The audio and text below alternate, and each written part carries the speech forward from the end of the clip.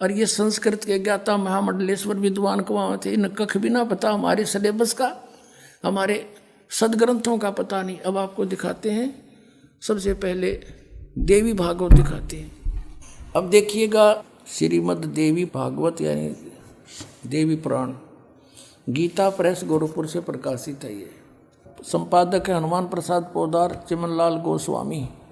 ये कहाँ से छपे हैं?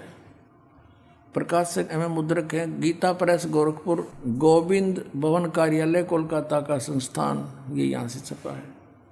123 पृष्ठ पे ये तीसरा स्कंद।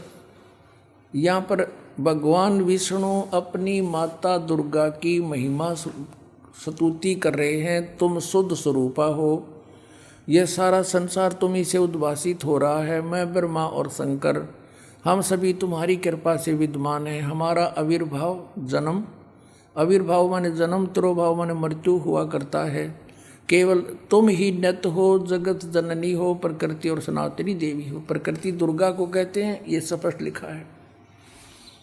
भगवान शंकर बोले, देवी यदि महाभाग विष्णु तुम्ही से प्रकट हुए हैं, उनके बाद उत्पन्न होने वाले ब्रह्मा भी तुम्हारी बालक हुए, फिर तमोगुणी लीला करने वाला शंकर, क्या मैं तुम्हारी संतान नहीं हुआ?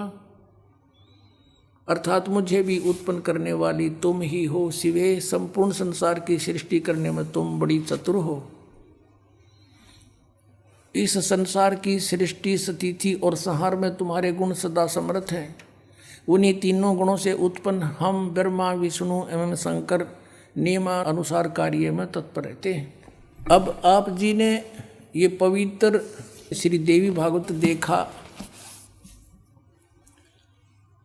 श्रीमद् देवी भागवत यानी देवी पुराण में 5 कंसेप्ट क्लियर हो गए। ब्रह्मा विष्णु महेश की जन्म मृत्यु होती है, ये अविनाशी नहीं है। इनकी माता दुर्गा है। दुर्गा को प्रकृति भी कहते हैं। 3 तो ये हो गए। चौथा ये है कि रजगुण ब्रह्मा, सतगुण विष्णु, तमगुण शिव जी हैं।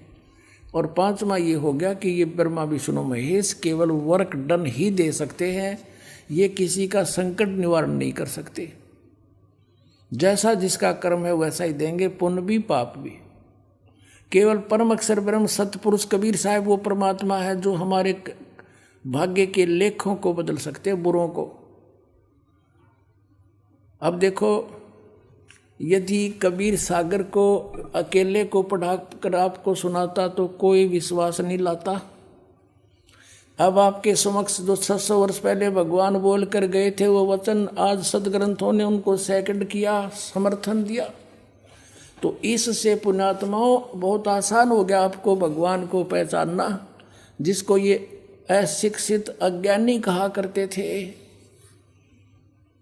और इस संस्कृत भाषा के जानने वालों को हमारे पूर्वज बड़े विद्वान महपुरुष महर्षि बड़े पहुँचे हुए मानते थे। न कख नहीं पता था, सदग्रंथों को भी नहीं परिचित थे। ये आज तक हमें नहीं बता सके ये ऋषि महर्षि ब्रह्मा विष्णु महेश नाशवान है या अविनाशी है। इनके माता पिता भी हैं और सदग्रंथों में लिखे, इनकी जीवनी में लिखे, तो ये कख नहीं जाने थे। लोक वेद सुनाया करते थे।